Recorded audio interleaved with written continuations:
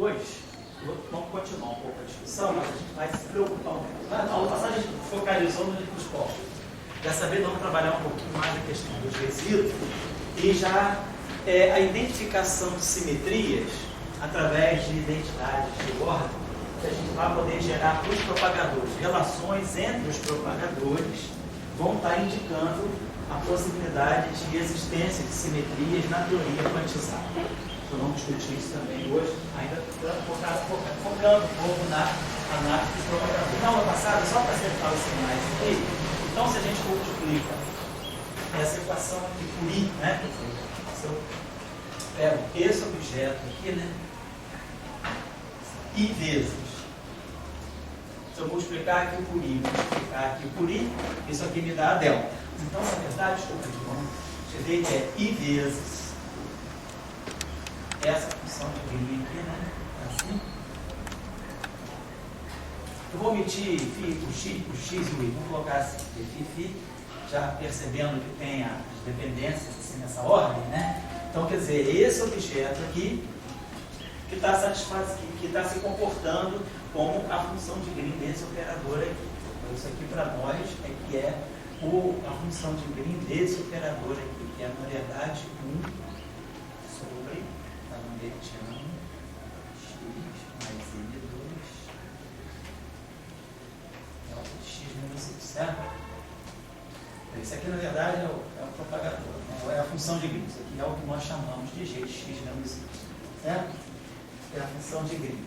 Né? Bom, muito bem. Então, só para poder acertar o sinal de I. Então, quando a gente faz a transformada de Fourier, né, desse lado aqui, a gente ganha menos K2 mais N2, joga esse I para cá. Então, na verdade, o que a gente tem é isso aqui, representação de Fourier do produto T ordenado. T φ de x. Isso aqui a gente fez um detalhe na aula passada, usando, né, o fato de que há uma relação de comutação canônica entre o campo e a sua derivada tomada a tempos iguais. A gente usou a relação de computação a tempos iguais para chegar a isso, né? Eu queria depois comparar hoje com a análise do campo de Ghost. Quando a gente falar do Ghost de fazer Foucault, a gente vai ter uma coisa semelhante, só que com sinal oposto devido ao campo T estatístico oposto. Bom, então tá legal. Então, esse objeto aqui é menos I, né? Esse objeto aqui é menos I vezes aqui. Então, quando eu fizer a transformada de Fourier desse lado, eu vou ter menos I menos K2 mais N2, ou seja, I sobre K2 menos N2 e a representação em Fourier da delta de Dirac. Então, isso aqui vai dar para nós a expressão nesse.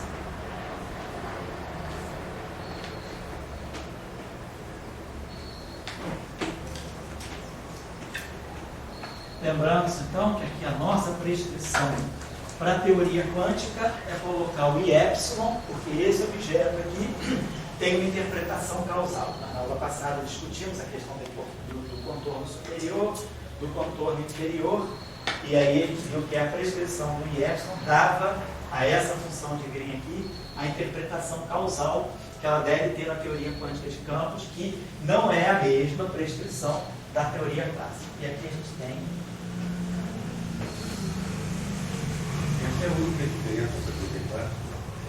nesse ponto aqui, porque na teoria clássica a prescrição que você coloca aqui, você sempre coloca os dois polos para baixo e os dois polos para cima. Na teoria quântica, um polo sobe e outro polo desce. Então você garante que você vai ter função de Green não trivial, tanto para x0 maior do que para y0, do que quanto para y0 maior do que x0. Você garante a interpretação dessa forma. Tá? Bom, pode falar. A minha pergunta era assim, se eu quisesse o som clássico, sei. Eu vou tocar em frente, quero os polos, quero tudo que o supermercado dá. Teria alguma coisa contra? Não, você quer mexer nessa prescrição aqui? Não, eu estou clássico. Eu estou com uma teoria clássica. Tá. E eu quero chegar lá no meu polo, no supermercado, no espinho. Tá, mas se você estiver fazendo o livro do Jackson, você vai fazer isso aqui. Já falando do eletromagnetismo, ou mais ou menos. A gente está falando do eletromagnetismo clássico, a gente vai fazer a prescrição da função, vamos dizer, da função, na verdade, retardada, que é a que a gente quer. Então, tudo bem. Polo é o mesmo, A única diferença é o deslocamento que o polo vai sofrer, só isso. Agora, se você bota essa prescrição do Epsilon aqui, significa que essa função de Green ela não vai ser bem interpretada na física clássica. Certo? Porque o campo não tem mais aqui aquele aspecto de que você cria no instante x0, destrói no instante y0 ou vice-versa. Você tem uma prescrição certa de x0 é maior do que y0, ou y0 é maior do que x0. Então, uma função de Green vai ser zero, a outra não. Aqui não é o caso. Aqui as duas configurações de tempo vão ter uma contribuição não trivial. Então, é isso que marca o evento causal que está aí escrito aqui desse lado. Agora, se você está falando de teoria clássica, tudo bem. Se a gente fala do eletromagnetismo clássico, é assim que a gente obtém a função de Green independente do tempo. Só que não é com I epsilon, com I epsilon K0. Você tem que deslocar para cima e para baixo os dois polos. Eu ainda não sou um lenhador burro. Tá? Você não deixando por isso, eu que não estou sabendo falar então. Não, eu quero aqui a comida. A comida é um polo, no caso. Tá. Eu posso ter essa comida, quer dizer, tanto clássica quanto. O polo está sempre lá. Está sempre lá. Tá, daí você vê um papo, não, mas tem um creme aí que o marido tem. Tá certo. Esse papo do creme que eu. Se você puder dar uma. Não, na aula passada, porque a gente estipulou. Se quiser comer carne sem creme, está mal. Tá? Eu não gosto de estrogonofe, não. Então é o seguinte. Na aula passada, o que a gente mostrou foi o seguinte: se nós colocamos a prescrição do I epsilon K0 ou menos I epsilon K0, os dois polos ou sobem ou os dois polos descem. Você tem polo. Só que os dois polos sobem simultaneamente ou descem simultaneamente. Então você vai ter uma função de Green que tem essa característica aqui, essa aqui, ela vai ser sempre θ de x0 menos y0 vezes alguma coisa. Ou seja, essa função de Green aqui, ela vai ser, podemos escrever que essa função de Green aqui vai ser sempre zero, por exemplo, para x0 maior do que o y0, que é a função de Green avançada. Ou vamos ter essa função de Green aqui, essa aqui só vai ser diferente de zero para x0 menor do que y0. Então essa aqui é avançada. E essa aqui vai ser a retardada, que vai ser zero sempre que o x0 for menor do que o y0. Então essa função de Green aqui vai sobrar para ela x0 maior do que o y0, ou seja, quando eu for calcular o campo a partir da fonte, eu vou estar fazendo isso aqui.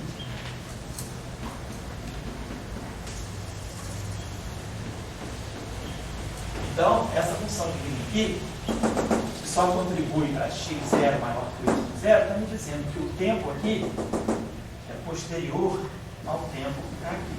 Essa função de Green está marcando aqui.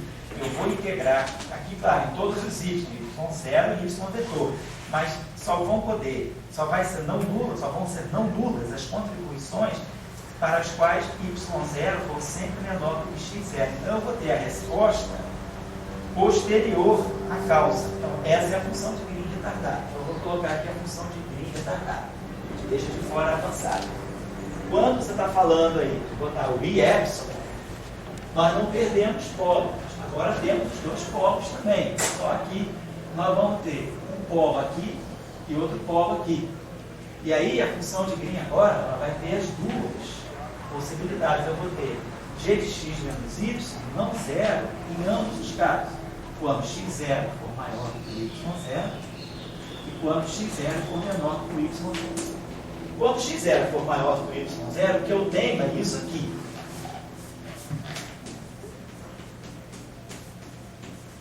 Essa função de Green aqui para x0 é exatamente essa. É o que eu tenho, é isso aqui. Eu vou criar um objeto, criar um quantum particular no instante y0 e no instante x0 posterior eu vou destruir. De tal maneira que o que eu vou ter aqui no fundo é a transição vácuo-vácuo, que é não zero. Então, está descrito aqui. Se o x0 for menor do que o y0, pela definição do produto ordenado no tempo, eu vou ter isso aqui. E aí, essa função de Green aqui também é não zero, para x0 é menor que y0. E ela vai descrever um evento causalmente conectado com o outro, que é a criação de um quantum no instante y0 e a sua posterior destruição no instante y0. Então, nesse caso aqui, eu tenho as duas ramificações, quer dizer, as duas possibilidades de tempo contempladas. Então, e isso aqui é possível por causa da interpretação do operador de campo de criar e destruir campo. É essa que é a diferença. Na ciência, são dois formalismos, assim, você não muda muito para cá. Não. É tudo muito parecido. A única diferença é que essas funções de Green aqui, elas não provêm de uma ordenação no tempo. O esforço que a gente fez na aula passada foi mostrar que com esse ordenamento no tempo, as derivadas batiam na função θ, geravam os deltas, geravam as relações de comutação, e aí a gente tinha que esse objeto se comporta como uma função de Green. Só que uma função de Green com características diferentes das clássicas por causa da dupla possibilidade, x0 maior que y0 e x0 menor que y0. Lá não, na teoria clássica, eu jogo fora a função de Green avançada e fico só com a retardada. E a retardada, ela não tem contribuição para x0 menor que y0. Ela é zero para y, x0 menor que y0. Tá, então essa prescrição aqui está me indicando que eu estou na teoria quântica. Em geral, claro, a gente também, depois a gente descreve mais isso. É que essas palavras quânticas, estamos dizendo, elas sei. são usadas assim, mora com H cortado, fora tinha H cortado. Não, tá certo. Então ela fica com um panorama que parece que é quântico. Isso, e aqui, lembra-se da aula passada, aqui o quântico já está também, está associado também a um H cortado. Nós não estamos colocando, mas na aula passada entrava aqui um H cortado que vinha, né, daqui, né, na verdade, quando eu comutava o campo com a sua derivada, eu comutava o campo com a sua derivada, aparecia o H cortado. Na verdade, né, o que na outra aula nós mostrávamos aqui, aqui, na verdade, dava isso. Nós não estamos colocando. Certo? Beleza, tá certo. Então vamos em frente. Só queria acertar a notação aí, para não ter problema. Bom, então na aula passada nós estudamos polos, vimos a contribuição. Tá? Vamos fazer o seguinte exercício aqui agora. Vamos pegar. Bom, se eu pegar o campo de Klein-Gordon complexo, né? Vou botar aqui. É a mesma coisa. Eu não vou fazer agora, mas se a gente pegar o campo, todo mundo já viu o Lagrangiano de Klein-Gordon complexo, é isso aqui. Só que o momento canônico, né, a relação de comutação, é essa aqui. Quando a gente pega o campo, né, φ de Tx, né, e a gente coloca aqui o momento canônico associado ao campo φ de y, nós vamos ler o momento canônico pelo Lagrangiano. Então, que é dmi φ*, dmi φ. Então, o momento canônico associado a φ é a derivada do Lagrangiano em relação a φ ponto, que dá então o φ ponto estar. Então, o que vai aparecer aqui, quando o campo é complexo, a diferença é que a relação de comutação, em vez de ser entre φ e φ, é entre φ e φ estar. Então, a gente vai ter φ estar ponto de ty tomado a tempos iguais. Então, isso aqui é I H cortado. Tá? Então, mesma coisa, só que a gente vai ter que usar essa relação de comutação ao longo das derivações. Então, se eu fizer repetir o exercício da aula anterior, portanto, estar aqui, a gente vai ter essa representação aqui do propagador. Tudo fica igual. Esse produto ordenado T é φ estar x, y, θ de x0 menos y0, mais θ de y0 menos x0, φ de y, φ estar de x. Eu mantei a mesma definição do produto, é tudo igual da aula passada, só que ele tem um φ estar e um φ. Mas nada muda, tá, na definição do produto. Então, o produto, se a gente refizer, a gente vai ver que a gente obtém isso aqui, o propagador, na verdade, do campo de Klein-Gordon complexo, que mantém a mesma estrutura. Então, isso é um campo complexo, escrevendo uma partícula massiva desse polo aqui. Vamos fazer só o seguinte, poderia fazer tudo isso sem colocar o V-star. Vou colocar o V-star aqui só para marcar mais, quer dizer, fazer outro caso complexo que a gente depois particulariza se for o caso. Vamos pegar essa expressão aqui, vamos tomar uma configuração de tempo. Vamos supor que a gente tem x0 maior do que o y0. Então, se eu tenho x0 maior do que o y0, aquele produto t vai me deixar dessa forma. Aqui está de x e de y, que é o produto t, né? Se x0 é maior que o campo que tem o maior tempo, é o campo que fica na frente do produto.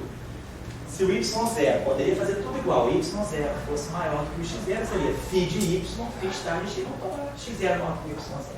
Então, aquele produto t se reduz a esse termo aqui.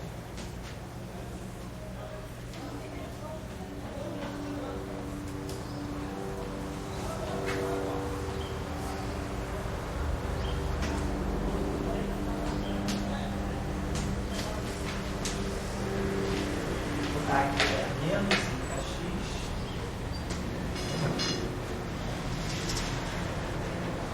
Dividir essa exponencial 2 aqui, só isso aqui.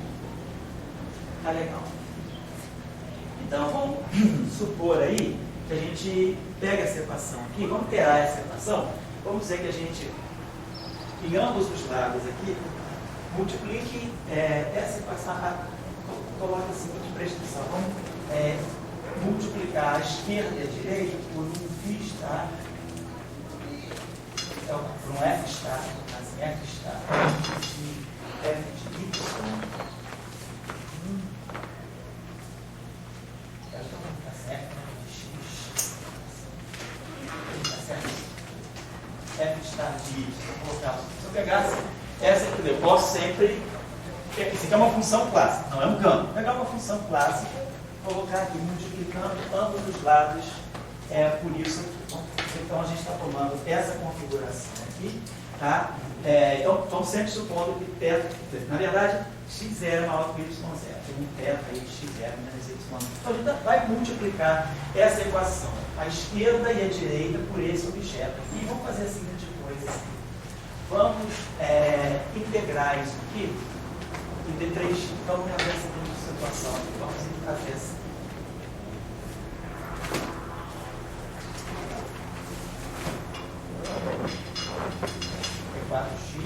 Tem x e y variáveis livres, né? Se eu fizesse isso.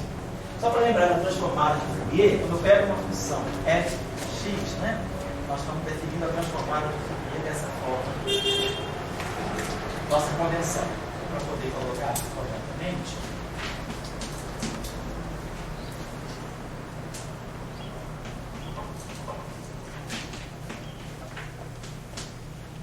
Então, se eu pegar aqui o complexo conjugado da função,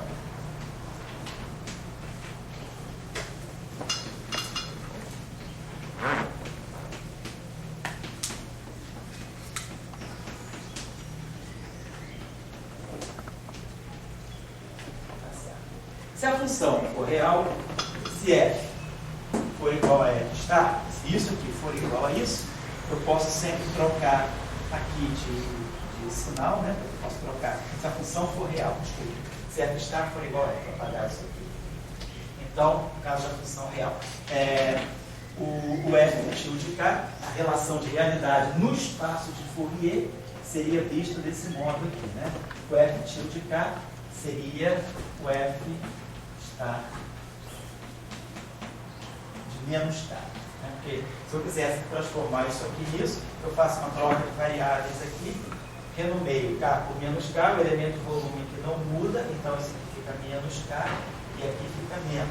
E aí eu comparo esse objeto aqui, essa função real, tem que ser esse objeto. Então o f de k é o f star de menos k, ou o f star de k é o f de menos k. Isso é a relação de realidade, né? Então a gente gosta de multiplicar desse modo. Então, para poder transformar de Fourier certo, eu estaria multiplicando. Então, eu vou ter que fazer a transformada de Fourier inversa. Deixa eu apagar aqui. Vou lembrar isso aqui. Se a gente fizer o inverso, né? Então, quem é o f tilde k?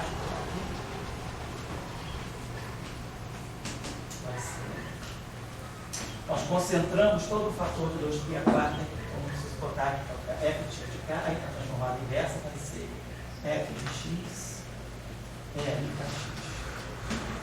Então, isso aqui, se a gente adotar essa definição que a gente adota para transformar a representação em Fourier da função f, a transformada em Fourier, é exatamente aqui. Só integrar essa função com a onda plana positiva. Então, vamos multiplicar essa equação aqui por f de y, para a gente obter a transformada de Fourier do f. Né? Então, vamos pegar essa relação e vamos fazer o seguinte: vamos multiplicar, fazer essa operação nessa equação aqui que dá o propagador. Vamos multiplicar com f está de x e o f de y, certo?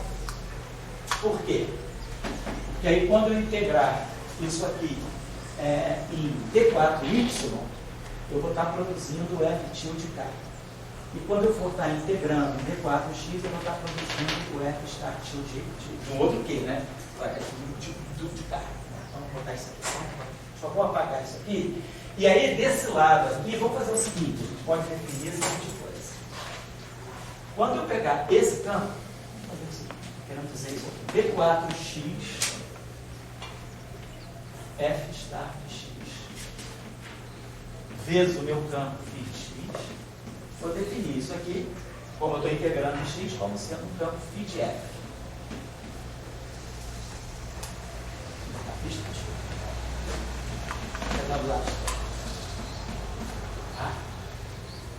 Então, essa convolução aqui, dado, esse f é arbitrário, uma função arbitrária. Tá? Estou pegando essa equação e multiplicando ambos os lados por uma. Eu vou pegar uma função bem comportada. Digamos, a gente pega uma função de quadrado integrável e vai, no fundo, fazer essa operação em cima do campo. Então, esse campo aqui continua sendo um operador, não tem problema. Então, se vocês imaginarem que esse campo é uma expansão, né, quem já deu uma olhadinha lá na quantização canônica, lembrar que o campo φ de x a gente pode escrever assim, né? Integral em d3k sobre aí vamos lá, adotando lá a prescrição que a gente usa no campo. Aí aqui a gente vai ter um a de k é a menos de kx mais a da de k é aí kx. A expansão que a gente fazemos a expansão de campo em ondas planas, e aqui são os operadores que a gente associa aos quais a gente associa o caráter operatorial do campo. São os operadores de criação e destruição. O que eu estou fazendo nesse caso? Se eu multiplicar isso aqui por f de x e integrar em x, então aqui eu estou tirando, na verdade aqui eu estou dando o f tilde de k, e aqui eu estou dando o f tilde de menos k, que na verdade é o f star de k. Eu estou pegando uma função do campo real, tem uma expansão dele. Quando eu multiplico por isso, significa que ao integrar em x essa expansão, eu estou produzindo esse objeto φ de f. O que é esse objeto φ de f para mim é? Se eu apagar isso aqui, esse objeto, essa onda plana vai desaparecer, porque ao multiplicar isso aqui por f de x e integrar em x, eu vou produzir aqui a transformada de Fourier de k. E ao multiplicar isso aqui por f de x e integrar, eu vou estar produzindo a transformada de Fourier f tilde menos k. Mas no caso do campo real, f tilde menos k é o f de k star. Então foi isso que eu fiz. Aí criei um campo φ de f. Ele não perdeu o caráter operatorial, porque os operadores estão aqui. Simplesmente, ao invés de expandir em ondas planas, eu estou expandindo agora em termos de um conjunto de funções que tem quadrado integrado, a onda plana não tem. Então, no formalismo canônico, esse campo aqui, ele teria agora a interpretação de criar um pacote de onda, porque agora, se esse objeto aqui tem quadrado integrado, pelo teorema da convolução, da análise de Fourier, integral em d4x de módulo de f de x ao quadrado é integral em d4k de módulo de f tilde k ao quadrado. Se a função ela é integrada no espaço de configurações, ela tem quadrado integrado no espaço das configurações, pelo teorema da convolução, ela tem quadrado integrado no espaço de Fourier. Então, ao invés de estar trabalhando com ondas planas, que são objetos não normalizáveis, eu agora estou trabalhando com objetos que são normalizáveis. Então, a interpretação desse campo φ de f é que ele cria um pacote de onda ou destrói o pacote de onda. Eu não estou mais falando de uma partícula descrita por uma onda plana, mas de um pacote de onda, é só isso. Eu, no fundo, o que eu fiz então? De uma certa maneira, eu amorteci o campo, porque estava escondido em termos de ondas planas, que são objetos muito singulares. E aqui eu estou dizendo simplesmente que a interpretação, matematicamente eu fiz essa operação, eu podia ir para frente sem me preocupar. Estou fazendo uma operação matemática e vamos levar em frente. Eu só estou querendo dizer que por trás dessa operação matemática, o que está em jogo é a interpretação do campo. Ele continua sendo um operador que cria e que aniquila. Só que em vez de criar uma onda plana, ele cria um pacote de onda descrito por uma função de distribuição ectiliticada. Ou aniquila, tá? Um pacote de onda. São descritas no pacote de onda. Foi isso que eu fiz. Então, do lado esquerdo, ao fazer isso aqui, eu vou estar produzindo esse objeto aqui para nós. Vácuo está de F e de F.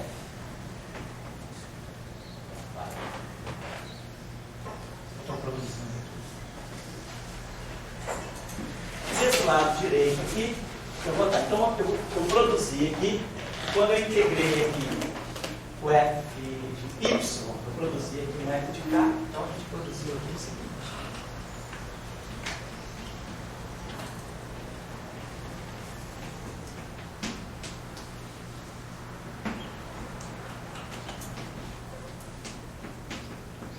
Então, quando eu multipliquei aqui por F de Y, eu produzi aqui o F de U de K. E quando eu multipliquei aqui por F star de X, eu produzi o F star, o F de K star. Que na verdade é o F de menos K. É o F, eu produzi o F de M. Né? Eu fiz isso aqui. X, F star de X é a menos KX. Então, na verdade, isso aqui é o star disso tudo. Não, é o F star, tá certo. Eu estou tirando o star dessa equação, tá certo. Tá legal? Só para a gente obter esses objetos aqui mais confortáveis. Muito bem, então, estou diante de uma situação agora que eu posso chegar a um resultado mais tangível para vocês. Como nós estamos aqui, né, nós estamos trabalhando aqui, na verdade isso aqui tem um θ de x0 menos y0. Então, quando eu estou fazendo essa operação, eu estou trabalhando nessa região, que x0 é maior do que o y0. Esses dois polos, né, se vocês se lembrarem bem, eles foram deslocados. Na aula passada a gente tinha o polo positivo é deslocado para baixo, aquele mais e epsilon, e o polo negativo, né? Então esse polo aqui é o polo que está em mais ômega, e esse polo aqui é o polo que está em menos ômega. E essa região de integração aqui é a região justamente que nós vamos produzir isso aqui, menos i, k, x0, menos i, k0, desculpa, x0 menos y0, vezes aí k, x menos y, né? Estou pegando essa onda plana aqui, só quero lembrar aqui em que contorno que a gente está. Então, como eu estou na região, se eu estiver pegando esse polo aqui, eu só quero ver se esse polo aqui corresponde a essa região que tem parte imaginária negativa e imaginária de K0. Menos I real de K0 mais imaginário de K0. Mais I imaginário. I com I dá I menos I dá I imaginário de K0 vezes isso. Então, então nessa região imaginário de K0 é negativo, então eu tenho que ter x0 maior do que y0. Então, realmente, quando eu estou adotando essa prescrição de que o x0 é maior que o y0, na verdade eu estou aqui. Eu estou com essa situação. Então, eu estou pegando o polo inferior.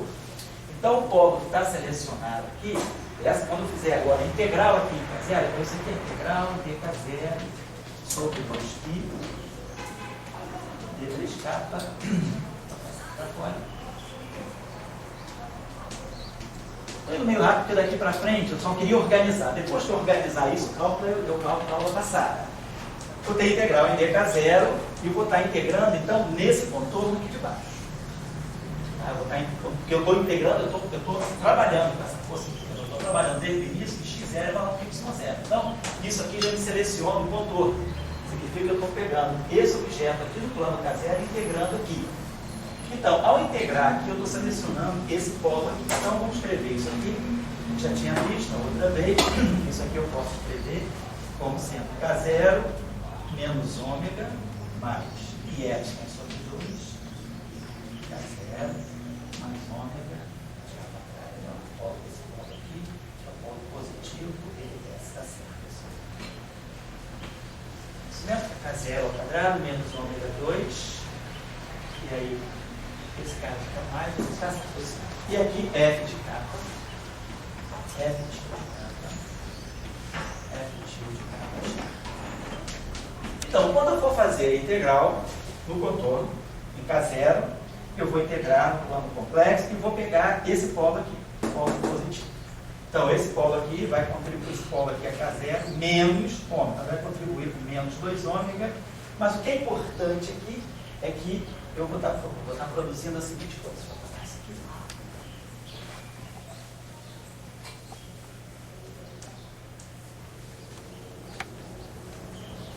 Então, nós estamos, ao fazer a integral em K0, lembra que a gente também está integrando no sentido horário, não no sentido trigonométrico, porque eu estou fazendo essa integral em K0, de menos infinito a mais infinito. Então, eu estou fazendo isso. Então, eu estou fazendo esse. O contorno está orientado dessa forma. Está orientado no sentido horário, não no sentido antitrigonométrico. Então, pelo teorema de Cauchy, isso aqui vai dar menos 2 e o resíduo. Esse caso é somatório de resíduos, só tem um resíduo só. E o menos vem no caso da sentido anti-horário. Então, a gente está produzindo, a gente tem esse I aqui, né? Tem esse I aqui. E aqui embaixo a gente vai estar integrando para K0 igual a ômega. Então eu vou matar esse polo aqui e aqui eu vou produzir um 2 ômega. Então, vai produzir. Então, o que é importante, tá? Esse I aqui do propagador vai cancelar esse menos I. Vai produzir um 2π que vai cancelar esse 2π. Então, isso aqui está dando para nós o seguinte.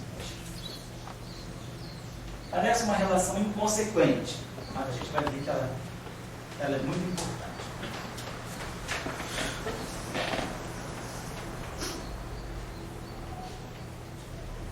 Então, fizemos a integral no K0, os 2π desapareceram, os i desapareceram, depois só a integral no espaço de Fourier vetorial, a parte vetorial do espaço de Fourier. E aqui ficou 1 sobre 2 ômega. Bom, e lá ficou f de K0 igual a ômega. E o f está no mesmo polo. Quando for integrar, K0 no polo vai virar ômega aqui e ômega aqui. Então, isso vai aparecer módulo da transformada de Fourier ao quadrado. E esse 2 ômega aqui, mas esse ômega aqui, ômega é aquela função de K definida desse modo aqui. Isso aqui não é simplesmente a normalização do pacote de onda, porque tem esse fator 2 ômega. Mas o que é importante? Oi? Oi? O sinal. Eu já acertei. Ah, tá. Acertei daqui do menos 2π. É, sim. Menos I com I dá 1. Ah, É isso, certo? Obrigado. Bom, então, essa expressão é positiva. Então, isso aqui, na verdade, nada mais é do que a norma de φ de f vá ao quadrado. Isso aqui, né? Tem esse Brahe, tem esse Ketch. Então, isso aqui é esse objeto complexo conjugado. Então, o lado esquerdo dessa equação, do propagador, ele está me dando algo que, por definição, tem que ser positivo definido, não negativo definido. Então, a não ser que sim, se eu tiver espaços com norma, já um espaço vetorial de norma definida, como é o caso da quantização do campo vetorial, aí sim eu posso ter objetos com quadrado negativo. Mas aqui é um espaço, eu estou trabalhando no espaço de funções, né? No espaço de Fourier, no espaço tipo de Hilbert mesmo, onde a norma é sempre maior ou igual a 0 E quem tem norma zero é o vetor nulo. Não tem vetores tipo luz aí. É um espaço vetorial positivo definido. Mas o que é que essa relação está me amarrando? O que é que nós estamos vendo de importante aqui?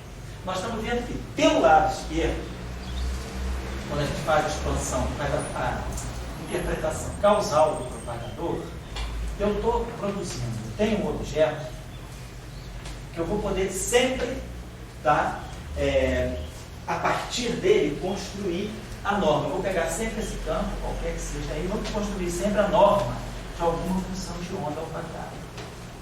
Do lado direito, eu estou integrando basicamente o propagador. Se o lado esquerdo está me medindo uma grandeza que tem que ser positiva, o lado direito tem que ser positivo. Então está batendo. Isso aqui está legal, isso aqui está ok.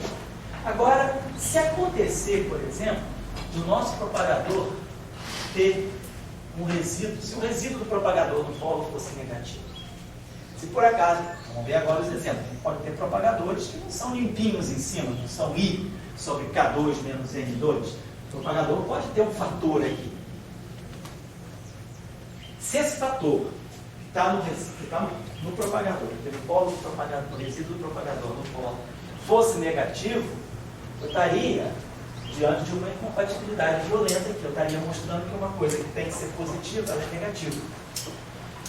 Então, essa grandeza que está do lado direito, ela é completamente sensível àquilo que vai ser o resíduo do propagador no polo. Por exemplo, se eu dou o mesmo exercício para vocês, dizendo, eu tenho um campo escalar que tem esse propagador, T, φ estar, φ é igual a menos I sobre K2 menos N2, mais I. Ou seja, o resíduo seria negativo. Se eu tivesse feito o mesmo exercício com esse propagador, nada ia mudar desse lado. Mas esse sinal menos ia inviabilizar, ia me dizer, cara, você está produzindo, esse teu propagador está te dizendo que você vai ter uma função de onda com norma ao quadrado negativa, porque o resíduo, ele estaria dando do lado direito, que isso aqui, que é a norma ao quadrado de uma função de onda, está dando negativo para você, se esse resíduo fosse negativo. Esse cara que existe, com massa zero, esse carinha aqui são chamados campos de Ghost, de Faleiro-Popov. O exercício que eu dou para vocês é o seguinte: se nós, ao invés de estarmos quantizando um campo... Quer dizer, isso aí é uma... Se tira uma lei assim, tipo lei de Pitágoras, quer dizer, tem um lado esquerdo, te dá uma identidade para o lado direito. É simplesmente uma coisa matemática. Né? Quer dizer, não tem nada ligado com probabilidade, com mecânica quântica. Sim, você viu que tem uma... Você conseguiu uma identidade. Então, a identidade do lado esquerdo é positiva, então, consequentemente, o lado direito tem que ser positivo, ou senão está errado. Eu estou tirando uma relação de consistência agora. Tudo bem, esquece a interpretação probabilística, mas nós sabemos de antemão que esse objeto, que, claro, isso aqui eu poderia pensar todo um espaço vetorial, onde não me interessa qual é a interpretação disso, mas isso aqui é a norma de um objeto, a norma de um vetor desse espaço ao quadrado. Claro que, aí sim, a mecânica quântica está aqui, porque a gente sabe que esse objeto aqui está criando um quantum a partir do vácuo, a gente tem uma interpretação, mas da maneira que eu estou fazendo, eu podia pegar esse propagador, multiplicar por F star e por F, fazer todos os cálculos e mostrar. Eu estou chegando à conclusão de que alguma coisa que é estritamente maior ainda, não negativa do lado esquerdo, ela pode vir a ser negativa se eu tiver um sinal dentro. Mas a interpretação probabilística não é importante para isso. Não é. Não é. Eu tenho aqui o quadrado de uma função de onda. Tipo assim, A igual a menos A. Eu tenho uma relação de positividade. Só isso. Positividade. Tá? O exercício que eu deixo para vocês, eu não vou fazer porque é um exercício... O sinal... Agora você vai tirar uma lei de qualificação. Né? Uma consistência. Então, isso é muito mais por uma lei de positividade do que por qualquer... Do que a interpretação probabilística. Só que nesse caso a gente sabe que aquela grandeza que é positiva do lado esquerdo é a norma de uma função de onda. Oi, fala. Desculpa, quando você tem... Você fez o propagador lá, né? Para o caso do campo escalar. Nessa campo vetorial você tem 4 funções. Vamos falar sobre isso hoje, pode falar. Não, então, vamos fazer. 4 funções. Isso. E o propagador determine Isso. com esse elemento embaixo. Exatamente. Aí tem uma questão de uma métrica indefinida. Sim, justamente, você tem 1, menos 1, menos 1, menos 1. Isso. Deveria significar que tem 3 sinais negativos. Lembre-se do propagador, só para você lembrar, nessa métrica que nós trabalhamos, o propagador é assim, menos I sobre K2, delta mini, e aqui a parte que é Kmi, a parte dependente do gate. Mas vamos esquecer a parte, se você está no gate do Feynman, o propagador é esse. Então, no setor space like, você tem menos, menos, menos. Então, essa matriz aqui fica com resíduo positivo no setor espacial e com resíduo negativo no setor temporal, mostrando justamente que o fóton temporal é não físico. Então, quando você pega o campo vetorial a μ e você quantiza, a componente A0, ela está descrevendo fótons time-line. Seriam fótons não físicos. Okay? A gente vai falar sobre isso hoje. Vamos trabalhar um pouco essa questão por caso vetorial. Mas sempre tem que fixar no gate? Não, isso, não, a gente vai ter que fixar o gate também. Mas dentro do gate geral, a gente quando contrai isso com as correntes, aí a parte que é longitudinal cancela pela conservação. O que vai sobrar no final do dia, isso sim. Nós vamos falar sobre isso. A questão é, sobretudo, relevante para o caso do campo vetorial, que é o caso das teorias de gates, teorias de Young-Mills. Então, por exemplo, o exercício que eu deixo agora seria o seguinte: vamos quantizar um campo escalar. Campo escalar que eu posso chamar aqui, vamos chamar ele de Ψ. Campo escalar Ψ de X. Só que esse campo, ele é de natureza anticomutante, ele não é um campo de Klein-Gordon comutante, ele é um campo que tem anticomuta, vamos dizer, o que eu estou querendo dizer que ao invés de impor relação de comutação, eu vou impor relação de anticomutação, ou seja, eu estou dizendo que se dx, se dy, portanto, é uma relação de anticomutação a tempos iguais, isso aqui é I, H cortado e o delta de gerar. Então, é como se fosse o campo escalar, só que o campo escalar ficou em borda, que eu tenho ali um comutador. Então, esse campo aí satisfaz uma relação de anticomutação. É um escalar, mas vamos dizer, uma estatística fermiônica, uma estatística anticomutante. E o que eu vou falar do propagador dele, vocês podem fazer o exercício que vocês vão fazer, esse, pegar o produto T desses dois campos desses.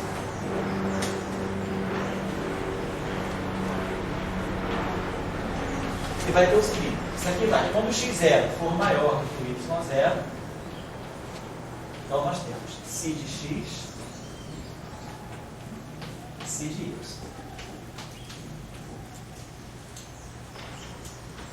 E quando o y0 for maior do que o x0, ao invés de ser mais, de eu trocar os campos simplesmente computando, aqui eu vou ter um sinal menos. Menos θ de y0 menos x0, ψ de y, ψ de x. Então eu estou impondo uma relação de quantização para um campo escalar. Mas um campo escalar sujeito a uma relação de anticomutação, não uma relação de comutação. Estou impondo para ele uma relação tipo a que a gente impõe no campo de Dirac, que é um férmio, portanto satisfaz ao princípio da incerteza. Então a gente sabe, pela conexão entre spin e estatística, campos bosônicos são quantizados com regras de comutação e campos fermiônicos com regras de anticomutação. Nesse caso eu estou quebrando. Vamos trabalhar com um campo escalar, mas que satisfaz uma regra de anticomutação, não de comutação. Então, se a gente faz esse exercício aqui, vocês vão calcular, então, vão aplicar. Esse campo satisfaz a equação de Klein-Gordon, é um campo escalar de massa nula.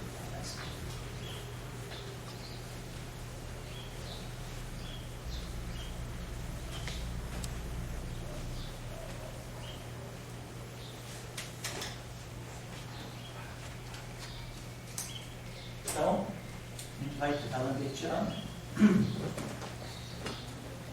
ψ de x igual a zero. Então, campo escalar de massa nula, ou seja, lambertiano, ψ, né, G, pegar a função de Green nesse campo, GX menos I, vai ser a mesma coisa, delta, tudo igual, nada disso muda.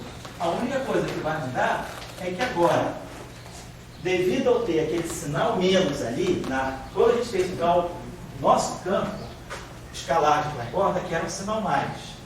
E esse sinal foi importante para mostrar para nós que a representação em Fourier disso aqui era I sobre K2 menos M2. Se nós seguirmos os mesmos detalhes de cálculo aqui, a gente vai mostrar que esse objeto aqui, ao invés de ser D'Alembertiano desse objeto, ao invés de ser menos I, a gente mostra o seguinte: nesse caso específico do campo anticomutante, D'Alembertiano atuando nesse objeto aqui, vou omitir as dependências em X e Y.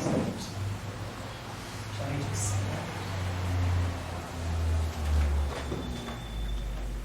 Ao invés de dar menos I delta, vai dar I delta. Então, esse cara aqui eu vou poder representar dessa forma. O outro dava menos I. Então, o I vezes ele, que era a função de Green. Nesse caso é menos I. Então, o que a gente tem é isso aqui, a representação. Então, no fundo, o propagador é esse aqui, C de X. Então, quando a gente troca a regra de comutação, o propagador ressente. Está sabendo que esse campo não é comutante, é anticomutante. E por que ele está sabendo? Porque o campo escalar de massa nula mas não segue o padrão de Cohen-Gordon. O polo dele, em vez de ser I sobre K2, é menos I sobre K2.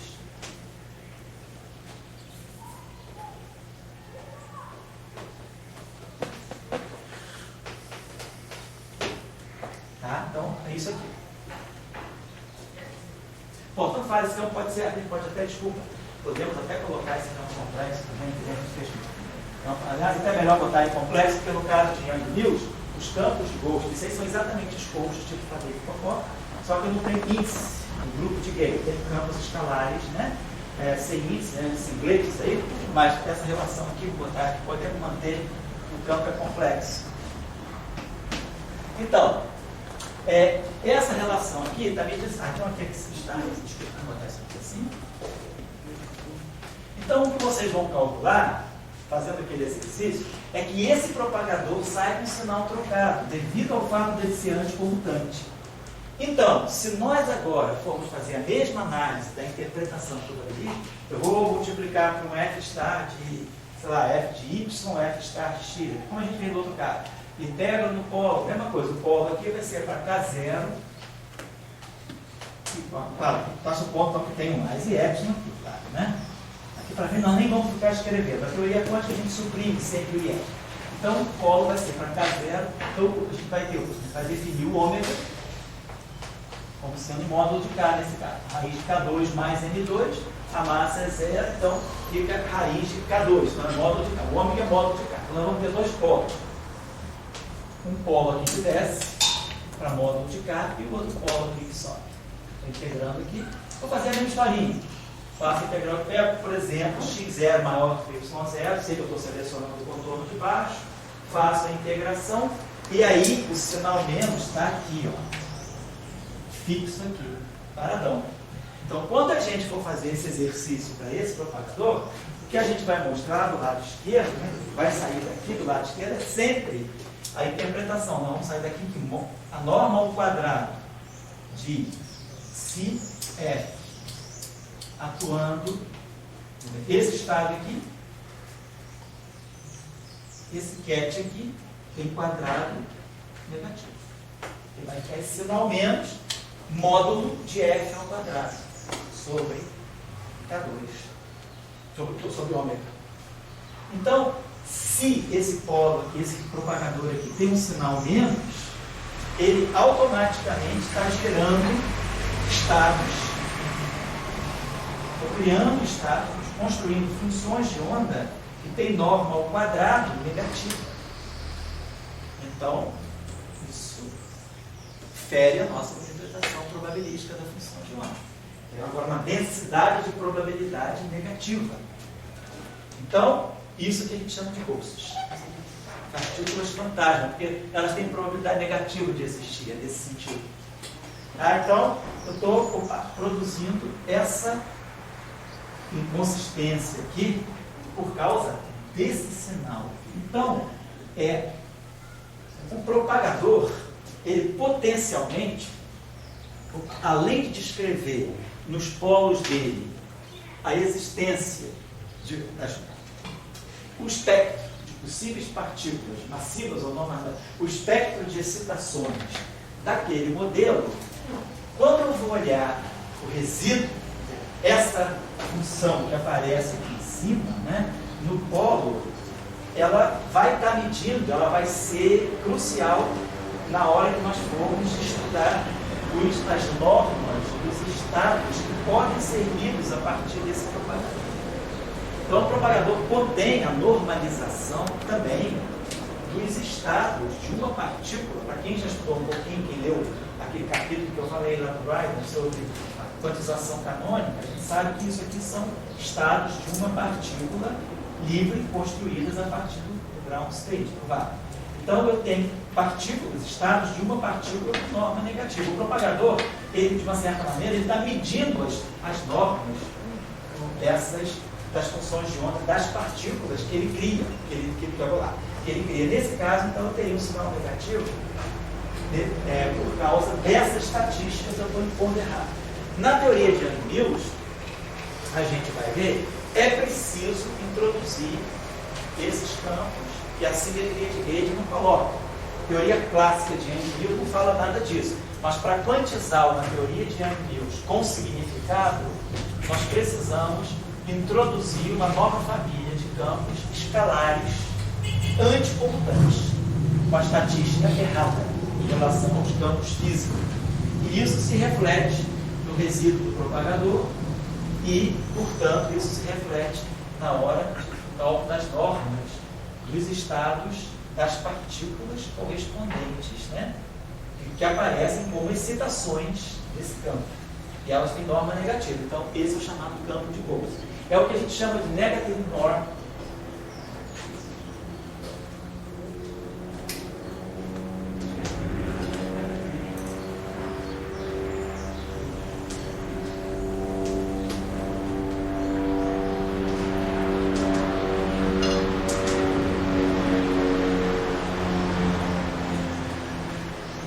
Então, os Gauss, isso aqui é mais geral. Agora, os Gauss de Faraday e Popov, eles caem nessa categoria. Então, vamos ver daqui a pouco exemplo simples, né? Eu não preciso introduzir Ghost, eu não preciso introduzir campo anticomutante, posso introduzir um campo escalar comutante e assim mesmo vai aparecer Ghost dentro dele. Estou dando só um exemplo mais radical, em que eu falei, vou introduzir um campo anticomutante porque o propagador dele sai marcado a ferro com esse sinal menos. E isso aí é fatalidade, resistência de Ghost. Mas vou dar um exemplo agora mais sutil, em que vocês não vão ver nenhum Ghost, mas ele está lá. E a gente vai detectar, claro, facilmente pela análise do propagador. Vou fazer o exemplo daqui a pouquinho. Algum comentário? Sim. Então, por favor, faça esse exercício que a gente discutiu. Certo? E aí? Fala aí. No comentário, eu botei a questão da mecânica quântica. Sei. Né? Você não pagaria, por exemplo, chão se o que está aí é principalmente de função de onda. E, para mim, isso é campo. Certo? Então, quer dizer, eu não leria isso aí, por pergunta, né? Por mecanismo de mecânica quântica. Eu leria de, olha, isso aqui, A é igual a menos A, então a única solução é que o teu propagador seja nulo. Se digamos assim, o problema do teu propagador, lá no lado esquerdo, tem que ser zero. Não deu. Assim, mas não que eu estou dizendo agora que tem uma função de onda com norma negativa, porque para mim função de onda que existe é campo. Aquele campo, primeiro campo, função de onda eu não sei de quem, mas o campo que está formando a partícula. A função de onda é uma coisa que já está em partícula. Não, mas cara, o que você aceita nisso tudo? Você aceita que o teu campo descreva partículas. Você aceita que o teu campo descreva partículas. E você aceita que essas partículas sejam partículas descritas pela mecânica quântica. Não, a mecânica quântica pode vir. Eu acho que depois que encontrar essa partícula, a mecânica quântica pode vir ou não vir. No meu caso, não sei para que existe. Eu não gostaria que tivesse mecânica quântica. Sei. Então você queria ter um campo que criasse partículas clássicas, vamos dizer. Você pode dizer, mecânica quântica são muitas coisas ao mesmo tempo. pH cotado, onda partícula, probabilidade. Você, eu acho que de todas as piores dessas, é falar muito em probabilidade, que é uma característica muito pessoal. Assim. Onda partícula é uma coisa que não dá para ninguém ligar. Entendeu? Assim, você pode ter, como você mostrou na aula passada. O que eu estou querendo dizer para você, Dória, é o seguinte: eu estou entendendo a colocação claramente, mas o que eu estou querendo dizer para você é que quando eu escrevo isso aqui já está pressupondo que eu não tenho só campo quântico, mas eu tenho uma mecânica quântica embutida ali. A esse ponto, se você quiser se desvincular da mecânica quântica, a gente tem que se desvincular mais atrás. Aqui eu já estou comprometido até o pescoço com a mecânica quântica. Apesar de não estar claro toda hora. Não é nem porque eu não estou botando H por K, nem por isso. Mas eu já estou comprometido com a mecânica quântica quando nós criamos a noção de uma ordem no produto dos campos. Eu já estou... Aí já está embutida a interpretação operatorial, o campo se tornou um operador, e no momento que ele se tornou um operador e nós expandimos aquele operador, naqueles operadores A e H, a interpretação de criação e aniquilação de partículas já fica embutida. Então, a esse ponto, eu não posso abrir mão de que eu estou falando. Realmente, isso aqui é um operador? Sim, mas é um operador atuando num estado. É um operador atuando num estado e está um outro estado. Então, isso aqui é uma função de onda de uma partícula, sim. Eu não posso abrir mão disso a esse ponto. Se você quiser, a gente pode desconstruir. A gente pode fazer uma coisa, desconstruir tudo isso que a gente fez. A gente pode fazer o seguinte: vamos voltar aos primórdios e vamos ver se até onde que a gente consegue sem colocar mecânica quântica. Colocar campo, mas não mecânica quântica. Vamos pensar nisso, não é aqui.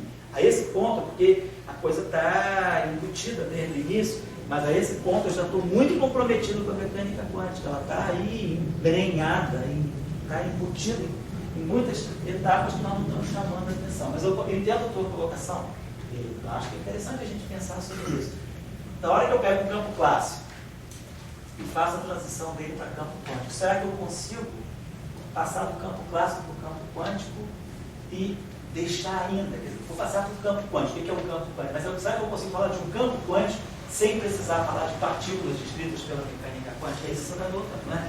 Então vamos pensar nisso depois, vamos pensar nessa possibilidade. Agora, só quero dizer, para mim, essa coisa do pedido, ninguém está. Claro. Porque um pode aparecer com uma interpretação em função de onda, de probabilidade, mas o outro é A igual a menos A, e vai ao lado esquerdo de zero. Então, essa questão, digamos, da existência do significado físico no sinal do princípio, é uma coisa do campo. Vamos lá. Vitor, estava escrito? Vitor, queria falar alguma coisa depois você? Não, só ia fazer uma observação. Eu acho, mas você já falou sobre? Era sobre você tinha introduzido a estadística errada para uma equação que não tem nada a ver com... Isso. É por isso que você está estudando. Isso, por isso que eu estou obtendo essa inconsistência. São objetos não físicos realmente. Como campo quântico, esse campo escalar que satisfaz uma regra de anticomutação, ele já está, vamos dizer assim, marcado desde o início que ele vai descrever objetos não físicos.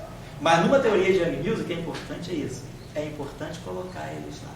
Porque numa teoria de Young-Mills, nós vamos ver, tem ghost. A teoria de Young-Mills é, já, como você falou, o campo vetorial. Quando a gente for falar hoje do propagador do campo vetorial, e a gente escrever essa relação aqui,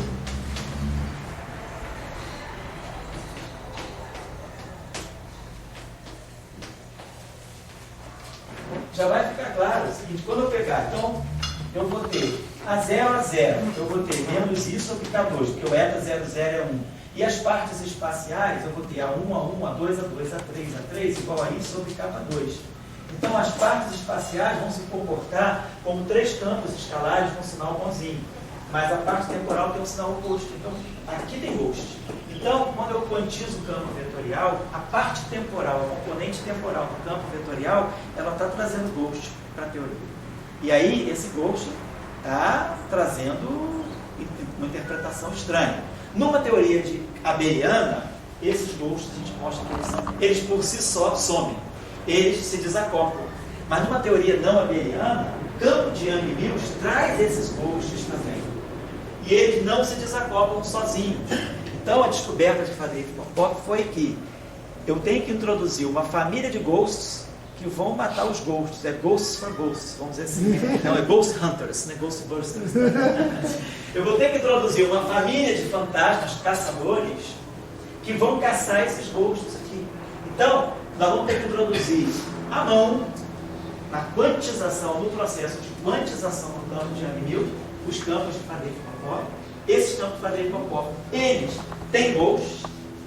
O campo vetorial, os campos de Young-Mills também têm ghosts. E o efeito de um ghost de Faddeev-Popov é matar o ghost que está embutido no campo de Young-Mills.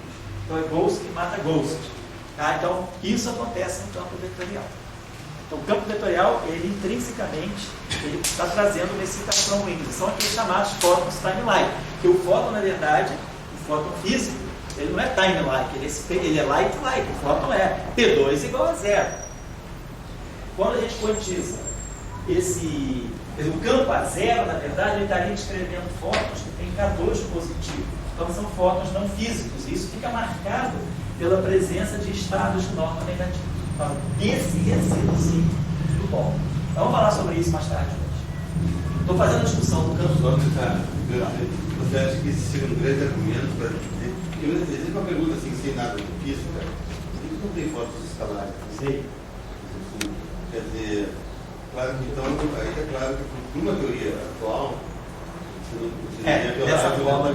Não, você pode introduzir fótons escalares desde que você tenha mecanismos que esses fótons se desacoplem do setor físico da tua teoria, do teu modelo. Pode. Mas na teoria, na eletrodinâmica de Maxwell, né, esses fótons escalares são um perigo. São um perigo, vamos dizer assim, é uma mina, você pode pisar nela. Na Young-Mills, essa mina explode, aí você joga os campos de Faddeev-Popov. Os campos de Faddeev-Popov, nós vamos entender no processo de Young-Mills, eles são um expediente à parte, que nós encontramos para transformar a teoria de Young-Mills, do ponto de vista quântico, numa teoria consistente. Porque as teorias de Young-Mills, elas classicamente funcionam muito bem, mas quanticamente, elas têm esse problema de gerar estados de norma negativa. Então, elas ferem a interpretação da mecânica quântica. Para salvar isso no processo de quantização, a gente tem que introduzir os ghosts de Faddeev-Popov. Que aí eles entram, fazem o trabalho deles e deixam, sai da teoria, sai limpinho. Então, essa aqui é a grande importância dele. Então, é um mal necessário. É como se você colocasse um anticorpo, né, no organismo. Você bota o veneno para que o outro veneno não faça efeito. É mais ou menos essa ideia dos ghosts de Faddeev-Popov. Certo? E quem é responsável por tudo? Se não menos. Só isso. Tá? Agora, só uma divagação. Por simplicidade, eu acho que deveria ter fotos escalares. Por ser digamos, a escalar é mais simples. Eu nunca gosto de escalar. Uma vez eu tomei um ferro por causa disso. Comecei a malhar os campos escalares. O cara lá no final falou assim, cara, eu fiz meu doutorado no campo escalar, eu faço minha reputação toda no campo escalar. Eu falei, não, desculpa, é força de expressão. É que o campo escalar, né, do ponto de vista do grupo de Lorentz, ele não é algo tão importante, assim, ele é algo secundário. Quem é importante é o ferro. O que é fundamental é o ferro. Com ferro você faz tudo. Você constrói escalar a partir de ferro, mas você não constrói ferro a partir de escalar, não sei isso. Mas eu acho legal ter um foto escalar, acho razoável. A natureza vai dentro de uma fábrica. O que ela vai fazer primeiro? Vai fazer um foto escalar e depois vai melhorar um pouco mais fazendo vetorial, natural, né? E o que a gente enxerga é justamente um grande corte para todo o escalar, isso está dependendo. Vamos fazer um exemplo. E aqui hoje mostrou um caso, ele desaparece com foto escalar. Fazer um casozinho que a gente apareça com foto escalar e ver os problemas que isso pode ter, né? E aí pensar, o que a gente pode fazer para sanar? Não deixar isso. Está clara a discussão para onde eu estou caminhando? Sim, porque a coisa está meio solta assim, né? Não estou seguindo assim direitinho, mas eu quero ver o seguinte, porque nós, até hoje, desde que nós começamos o curso, a gente está muito em cima do propagador. Então a gente está tentando tirar do propagador tudo aquilo que ele pode nos dar. Claro que a gente vai ter que ver depois. E aonde que estão as simetrias? Se eu olhar para o propagador, eu consigo ver as simetrias eventuais também, que a minha teoria tem? Então vamos ver que sim. Então, nós estamos fazendo uma análise assim, de composição do modelo. Propagador, a gente estuda a estrutura de polos, pode ter isso, são as excitações. Agora vamos olhar os resíduos em cada polo. Claro que aqui eu peguei um caso muito simples, acadêmico, um campo escalar sozinho, ou um polo limpinho, olhamos o resíduo e vimos como deduzir uma relação de consistência, de positividade. Vou pegar um exemplo agora, menos trivial, mas que a gente vai poder fazer a discussão. Vamos pegar, por exemplo, suponhamos que eu tenha, foi o Bruno que colocou na aula passada, né?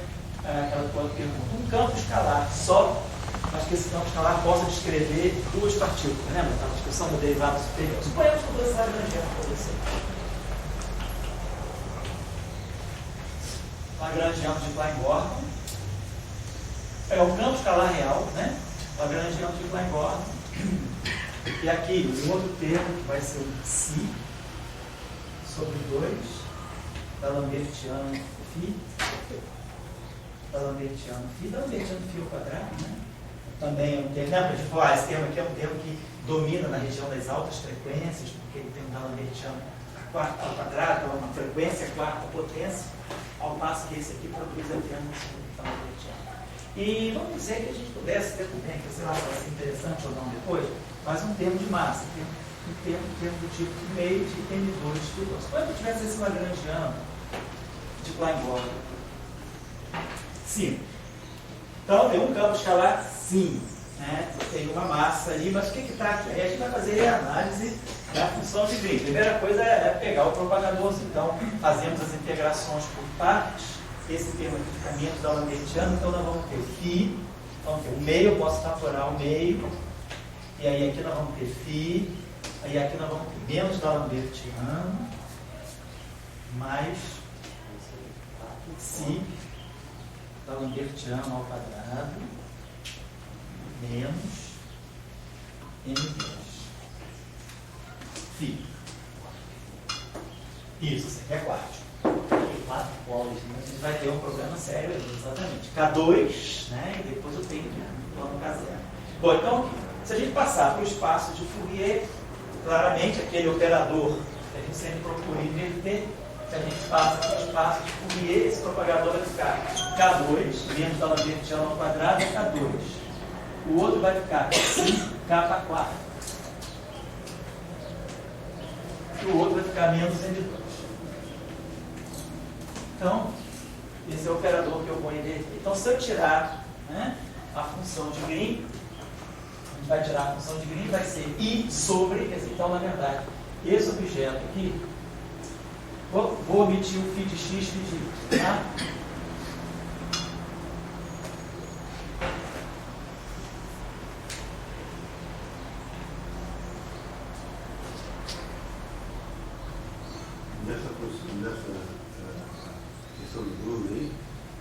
Só começou a entrar em quântico, você botou esse T agora, né?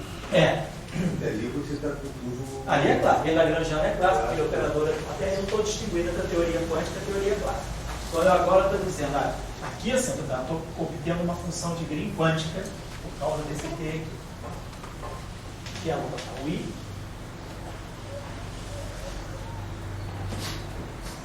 Então, claro, se for zero, eu ganho o Klein-Gordon ordinário. K2 mais K4 menos M2. Esse que se é dimensional, né? Vamos ver mais. É. O Lagrangiano, vamos ver. O Lagrangiano é adimensional.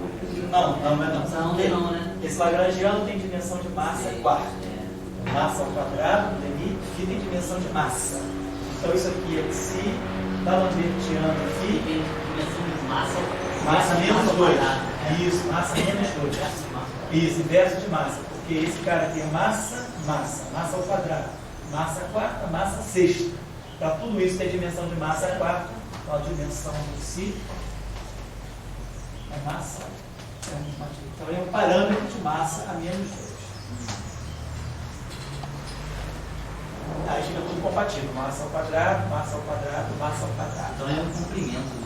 Na verdade, exatamente, ele está ligado a um comprimento. Mas vamos ver já. É isso mesmo. O inverso dele é um comprimento. Quer dizer, ele é um comprimento, tá certo? Tem um parâmetro de comprimento, que é massa negativa, tá certo? Tem um comprimento a menos 2 ao quadrado. E isso aqui está dando certo. Então tá lá. Fazer, pronto. Se a gente quiser que psi igual a 0, não coloquei esse termo, estou com o Claycorn usual, tudo que a gente já sabe. Polo bonitinho. Vamos fazer uma coisa antes de. Vamos botar M2 igual a 0. Vamos dar a primeira situação. Só não vou colocar o parâmetro M2 igual a 0. Não vou colocar. Vamos botar a primeira situação que nós vamos estudar M2 igual a 0, porque já dá uma discussão interessante. Vamos botar M2 igual a 0. Se o M2 é igual a 0, o propagador, vamos pegar só o núcleo do propagador, é I sobre K2 mais psi kappa. Que dá para nós I, botar aqui K2 evidenciado, e aqui dá 1 mais psi kappa. Só para botar esse, a gente pode botar esse psi em evidência. Então posso botar 1 sobre psi, posso botar assim. Boto psi em evidência, fica K2 mais 1 sobre psi.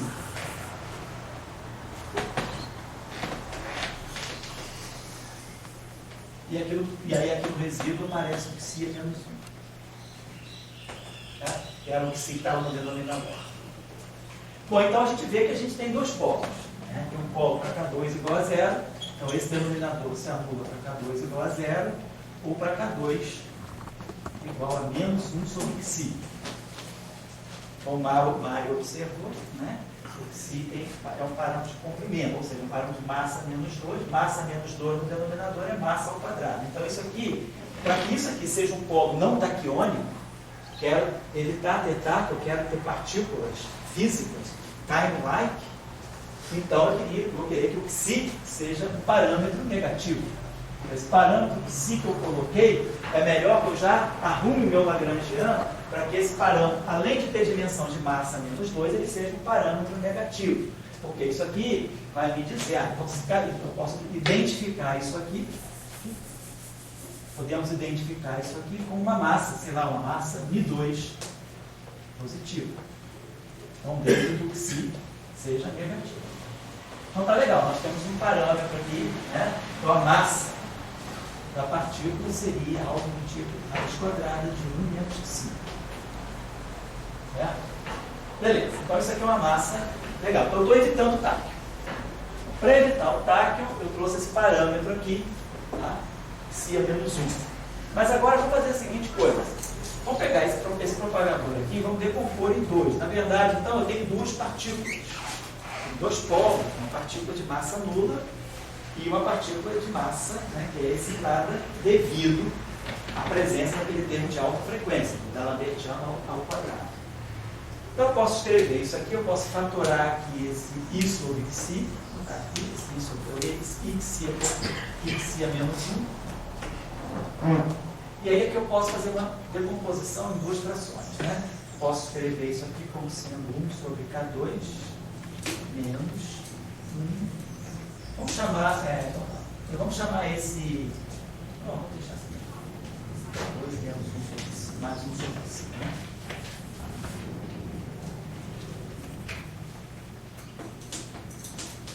Então lembre que esse 1 sobre psi não é problemático. Isso aqui é, na verdade, é um K2 menos Mi2. Então isso aqui é negativo, então isso aqui está fazendo o papel realmente de um polo sadio. Só que isso aqui não é assim. Isso aqui é K2, né? Mais 1 sobre psi menos K2. Então K2 cancela, sobra 1 sobre psi em cima. Então, tá, sobra 1 sobre psi em cima, né? Então, isso aqui é a mesma coisa que multiplicar por psi.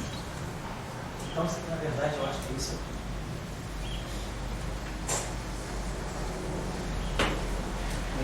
Né? Eu vou multiplicar. Vai ficar K2, vai ficar K2 mais 1 sobre psi, menos K2 dá 1 sobre psi. Então, tá. Então, esse propagador aqui é igual a isso.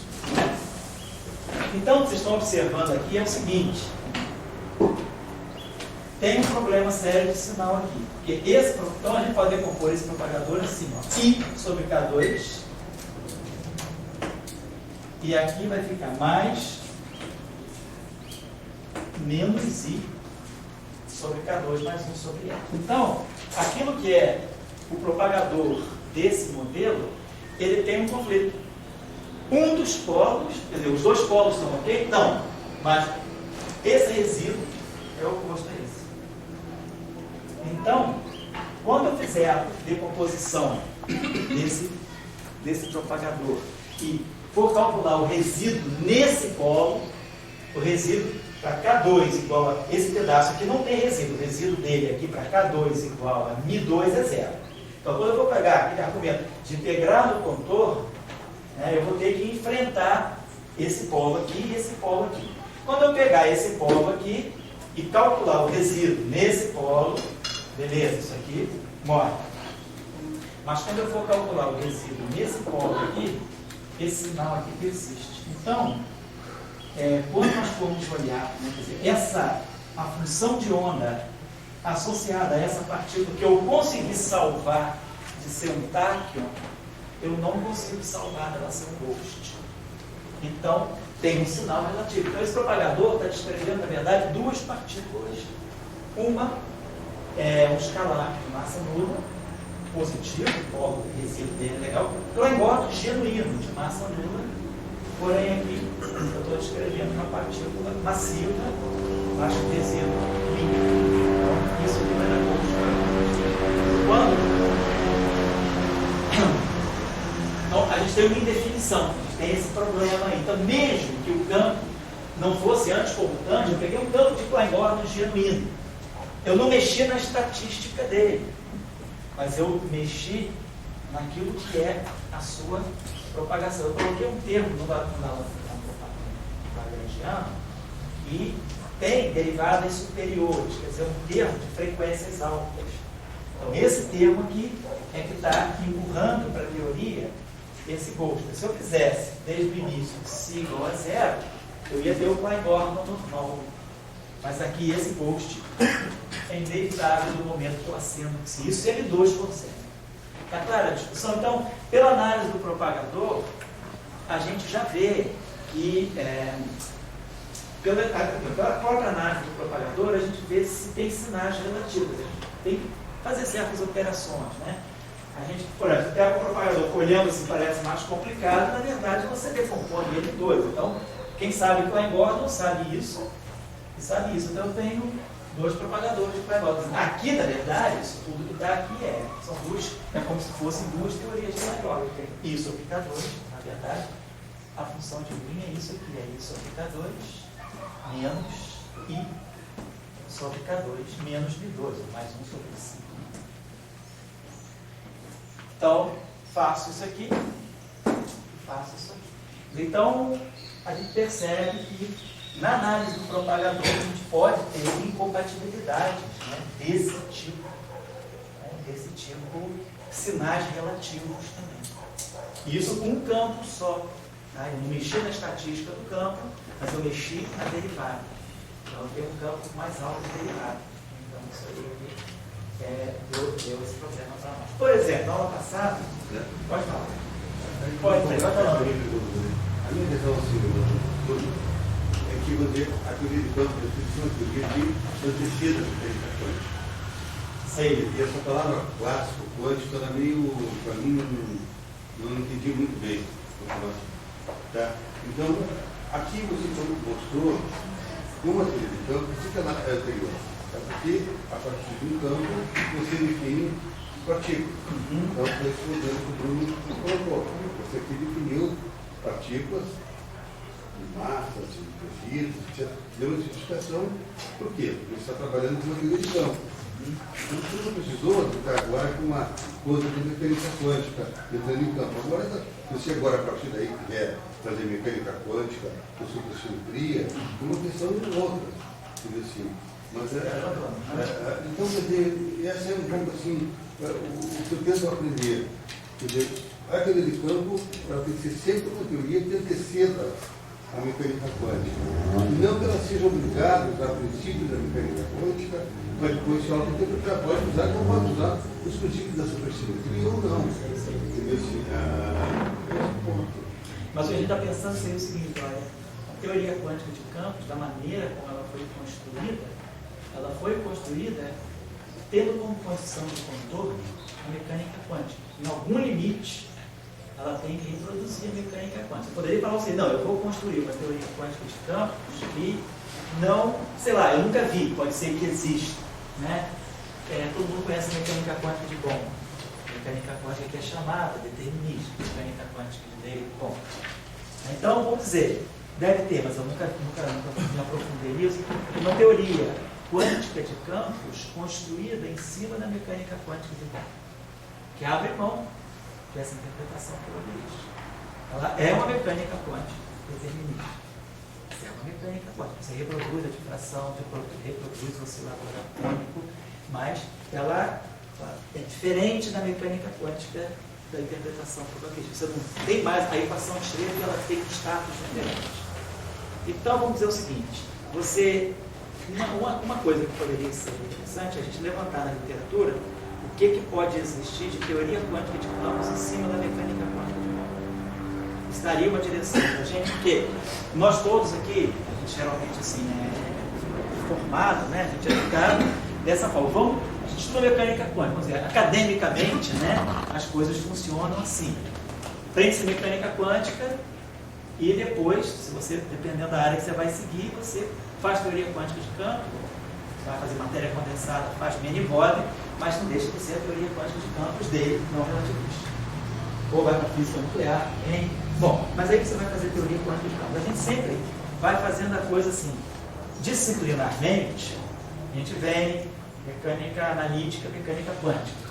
Aí, mecânica quântica relativista. Aí a gente vai para a teoria quântica de campos. Então a gente faz essa passagem. A gente vai construindo uma coisa em cima da outra. Pega a mecânica quântica de tipo ordinário, introduz a relatividade, tem os problemas que aparecem, e depois a gente identifica esses problemas como uma limitação da mecânica quântica relativista, e aí a gente vai para a ideia de campo quântico.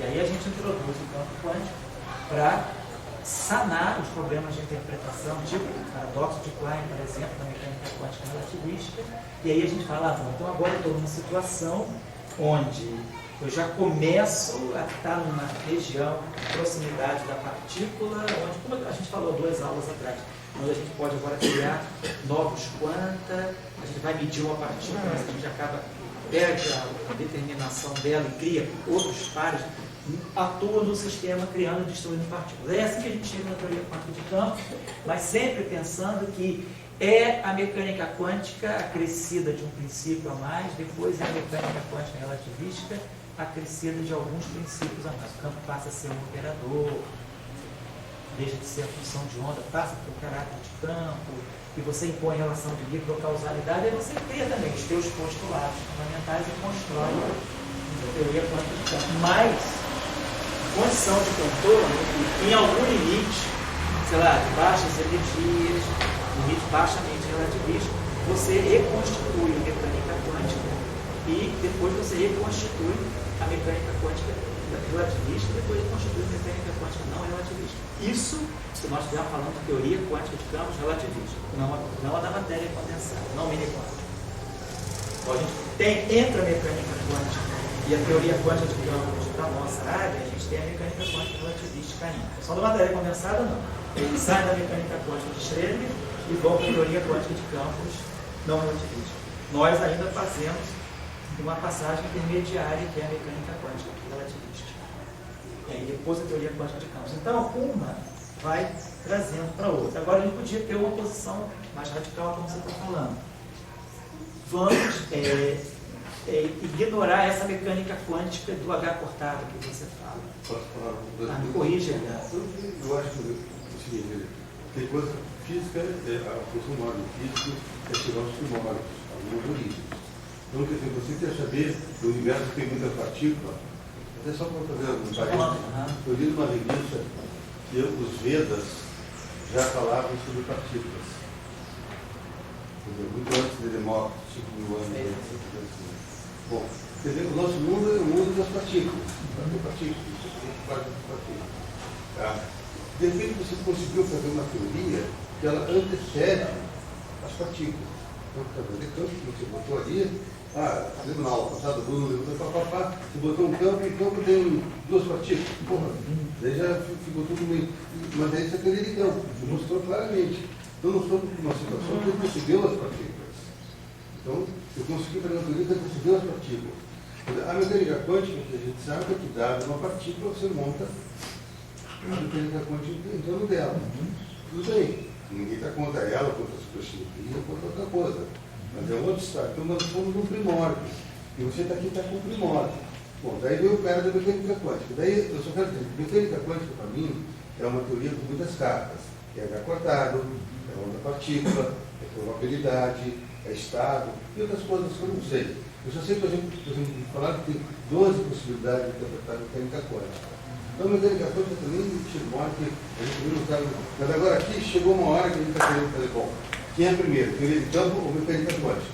Agora vem esse discurso que você está falando. Como veio evoluindo, as coisas vieram se somando e se jogando, e quando chega a teoria de campo, ela chega compromissada com a mecânica quântica.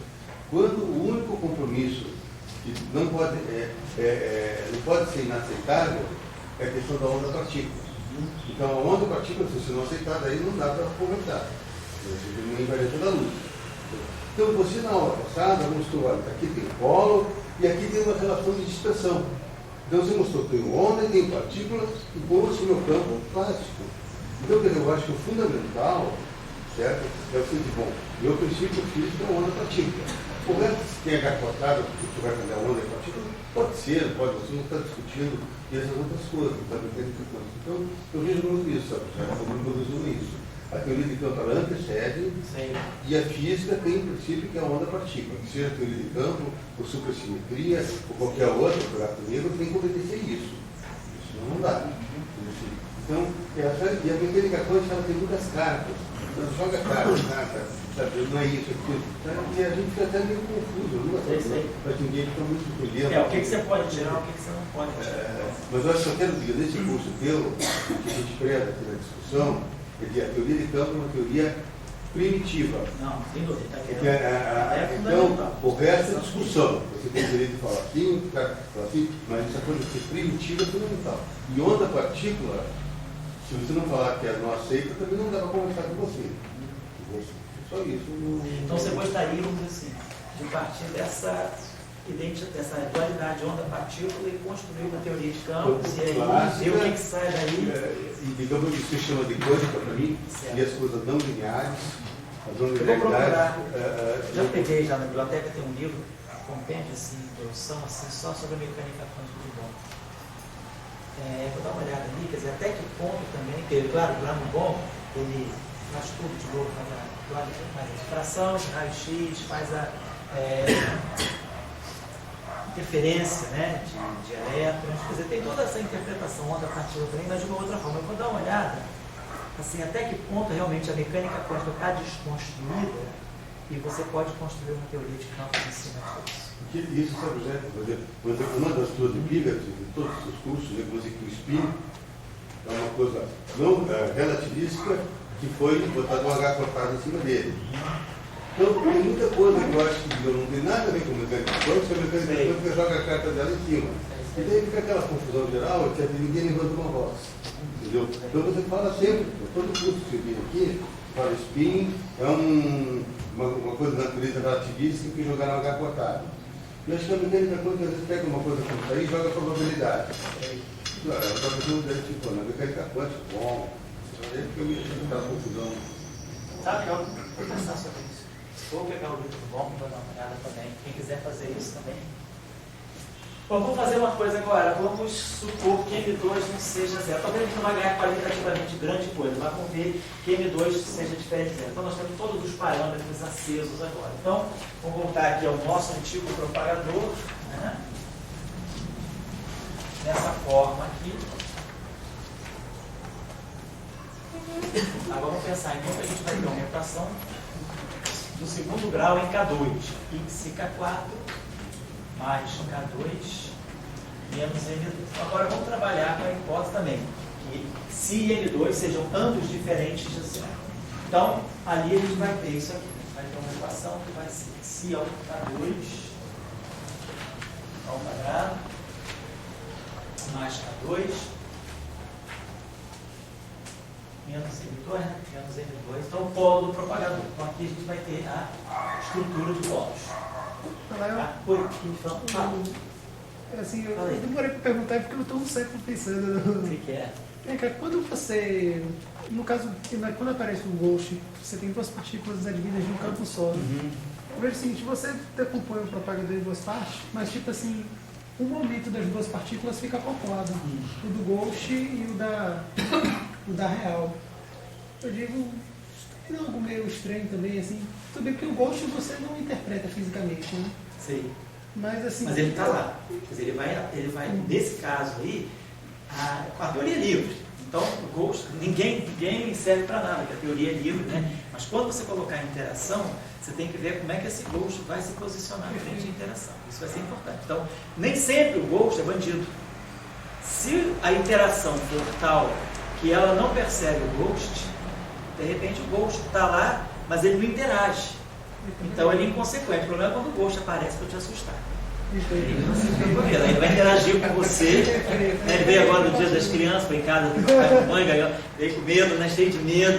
Voltou a ser criança, ganhou presente de adulto. Mas aí, se o Ghost te assustar, quer dizer, se ele interagir com você, aí pode ser um problema. Mas se o Ghost estiver lá, eu nunca encontrar com ele em nenhum corredor escuro, eu vou saber que ele existe, mas não vou precisar... Você sabe que ele existe, mas você sabe que eu nunca vi ele. Você nos tornou médicos, então nós vamos ver os Ghosts, nós vamos... Então, vamos ver o que significa ser mediúnico aí. Então, você tem que saber colocar as interações. Okay. Então, o bom médium vai dar as interações certinhas, e aí o Ghost está mais desacoplado. Ele não aparece em hora nenhuma. Certo, agora o que eu fico pensando é o seguinte, porque você, no fundo, o Ghost que a gente está interpretando é o seguinte, eu tenho, digamos assim, no meu resíduo, eu tenho um resíduo negativo no meu propagador que eu não sei explicar. Então, na verdade, tipo assim, eu me pergunto até que ponto eu precisaria adicionar mais uma partícula na teoria. Sei. Ou será que eu não conseguiria dizer, não, o campo descreve uma partícula só, mas aí você acho que aquele resíduo negativo do jeitinho brasileiro. Um jeitinho de... porque o Ghost não deixa de ser um jeitinho também, né? Não. Olha, presta atenção. O Ghost, você sabe como interpretar. Ele está lá e diz, olha, cara, existem estados no norma ao quadrado negativo. A questão é, está todo mundo livre. Partícula livre não faz mal a ninguém. Agora vamos começar a interagir. Na interação, esse Ghost, ele pode dar, por exemplo, se você faz uma sessão de choque, você vai pegar essa partícula, você vai dizer o seguinte, nessa teoria, vamos esquecer, bota o M2 igual a zero. Você tem duas categorias de partícula. Partícula A é a partícula de massa nula, correspondente ao polo K2. E a partícula B é a partícula de massa, massa ao quadrado é o Mi2, ou seja, é a partícula de massa igual a raiz de menos 1 sobre C. Vai a partícula B. Suponhamos que você faça um espalhamento inelástico em que partícula A mais partícula... Espalhamento elástico. Partícula A mais partícula A vai em A mais A. Beleza, você espalhou duas partículas, é como se fosse fóton. Mas suponhamos agora que você fizesse um espalhamento inelástico, A dando B mais B. Então você conseguiu excitar e produzir partículas do tipo B. Então esse evento tem uma seção de choque. E a seção de choque vai aparecer negativa. Então o que é uma seção de choque negativa? É uma coisa que está dizendo que é um evento que acontece com probabilidade negativa. Então você perde a interpretação. Agora a questão é, quem sabe as interações são tais que elas sempre me desacoplam com os gols. Nenhum processo vai produzir gols. Então, é um modo de você se livrar dos gols. Então, se você tiver um mecanismo, claro, por variante, compatível com a situação do sistema, de repente compatível com as simetrias, que diga os gols existem, mas eles são desacoplados. É o caso da eletrodinâmica. Quando a gente pega